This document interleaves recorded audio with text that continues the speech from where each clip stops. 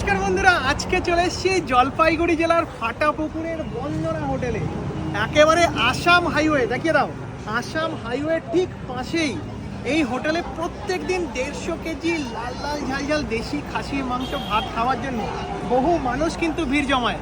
সেরকম আজকেও আমরা এখানে চলে এসেছি। দেখি এনাদের লাল লাল ঝাল ঝাল মাটন বাদে আর কি হয়েছে, এনাদের রান্না কিরকম সবটাই তোমাদের সঙ্গে শেয়ার করবো ফার্স্ট ক্লাস। চলো যাওয়া যাক। এরকম কিন্তু ভিড় পড়ে গেছে, দেখো এখানে দেখুন একের পর এক কিন্তু থালি সার্ভ হচ্ছে। চলুন এবার এনাদের কিচেনে ঢুকি। এই তো বাহ, একেবারে এক কড়াই মাটন রান্না হচ্ছে একেবারে সকাল থেকেই। দাদা ভালো তো? তো মোটামুটি কত কেজি খাসির মাংস রয়েছে? 1 কুইন্টাল 15 কেজি আবার হবে, তাই তো? শেষ হয়ে গেলে আবার হবে। এই তো দিদি, দিদি ভালো তো? বাহ, দেখো একেবারে লোকাল দেশি খাসি নাকি?